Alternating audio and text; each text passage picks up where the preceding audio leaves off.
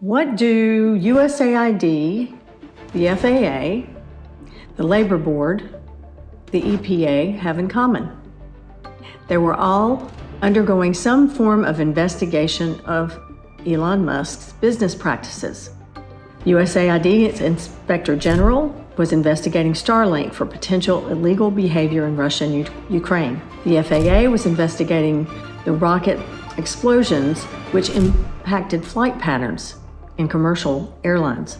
The Labor Board is investigating him because he treated his employees like crap. And the EPA, well, he says he's a pro-environmentalist, but he's getting rid of the EPA so they can't look too closely. Because if they looked really closely right now, they would see that XAI is a major polluter in Memphis. All of these organizations, Elon Musk has tried to gut or shut down or eliminate programs or fire a bunch of people. Before he got involved in politics, openly involved in politics, I should say, I thought he was kind of quirky, kind of a weird dude, but he was an innovative thinker. And I liked the fact that he was introducing our country to new technologies. I believed that he was having a dream and then was going to do what he could to fulfill that dream. That's the American dream, right? You're able to do what you want to do, have the opportunity, the land of opportunity, where you have all sorts of freedoms to pursue these things. Well, the thing is, I started looking into him, reading more about him, the more he got into the political arena. And his business partner, Peter Thiel, was another strange person who had these beliefs in transhumanism, the belief that human beings were going to become extinct, and maybe they're right. My experience of that, though, is that their heads are very far in the future. People near and dear to me really believe he is a hero because they see the new technologies he's introducing. They like that he is a forward thinker. No matter how he treats his people, no matter how much money, well, actually, they like the fact that he has money. And sometimes, unfortunately, that seems to attribute wisdom to people.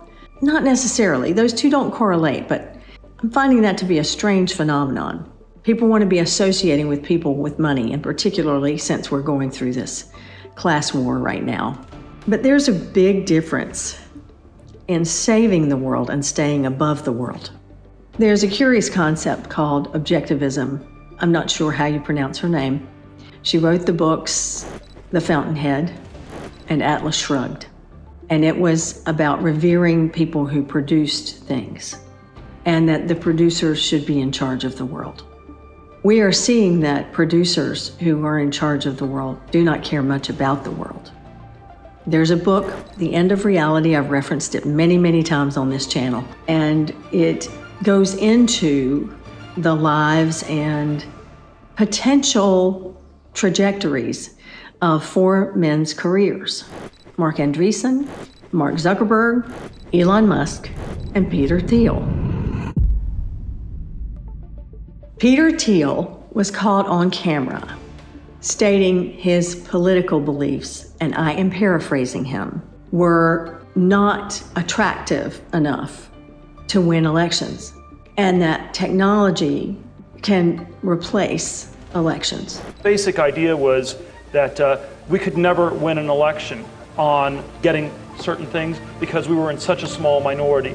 But maybe you could actually unilaterally change the world without having to constantly convince people and beg people and plead with people who are never going to agree with you through a technological means. And this is where I think technology is this incredible alternative to politics. That's no accident that he says this. Peter Thiel and Elon Musk have been partners in several ventures. Peter is one of the primary founders of Palantir. Palantir has a lot of the technology behind our DoD, Department of Defense. Both Clinton and Obama signed contracts with Palantir. So they've been involved in our technology for a while. Trump has taken it further and contracted with Palantir for ICE. There are new contracts with ICE, something literally called Immigration OS. Palantir, the infamous spy tech giant, is building what they're calling, quote, a master database on Americans for the Trump administration. This isn't just data crunching. No, this is merging immigration files, health records, personal details from Homeland Security, HHS, and more to create the largest surveillance grid the U.S. has ever seen. And then he's put the IRS on to Palantir. You're working with the IRS now? Yeah, apparently undocumented immigrants pay a lot of taxes, so the IRS has their information. Peter Thiel has been known to be saying some outrageous things about, I mentioned transhumanism before, but also about sexual assault and consent, negative, derogatory about women, derogatory about diversification, diversity. You've heard Trump say that the enemy is within. Now keep in mind, this technology and this CEO has been associated with the United States, the federal government, for the last decade, I think. And Trump is starting to say the enemy is within. I think the bigger problem are the people from within. We have some very bad people. We have some sick people, radical left lunatics. And I think they're and it should be very easily handled by, if necessary, by National Guard, or if really necessary, by the military. He's saying that also to justify picking up American citizens off the street. Also, he said something about deporting our criminals to somewhere else. And it seems to be a big distraction. The central risk to Palantir and America and the world is a regressive way of thinking that is corrupting and corroding our institutions, that calls itself progressive, but actually, and is called woke, but is actually a form of a thin pagan religion. The CEO of Palantir is saying that the enemy is within. Even insiders, 13 former Palantir employees, are warning this isn't just about security. This is about political targeting, mass control, and a private company holding the keys to your life. It's not immigrants, though they're targeted. It's not black or brown people, though of course they are also targeted. It's anyone who cares about those who are less fortunate. It is anyone who can appreciate the need to care for our neighbor. It is anyone who is woke. So they are painting people like me and a lot of you who are viewing this right now as the enemy within. The important question here isn't about Elon Musk's psychopharmacology. It's about why we've built a system where someone like him effectively substitutes for the state without the checks that generally come with public power. Do not be surprised at the targeting that begins to come, because this is class warfare, and they've got a cast iron means of distraction, and it's called scapegoating.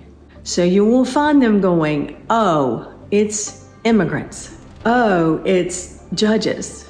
Oh, it's anybody who says anything against anything that they believe in. It's them, to keep you from looking at the real problem, which are those billionaires that were sitting behind Trump at his inaugural address. I don't like thinking that any American is my enemy, but that makes me too woke. This has been Behind the Curtain IMO. Thank you for being here.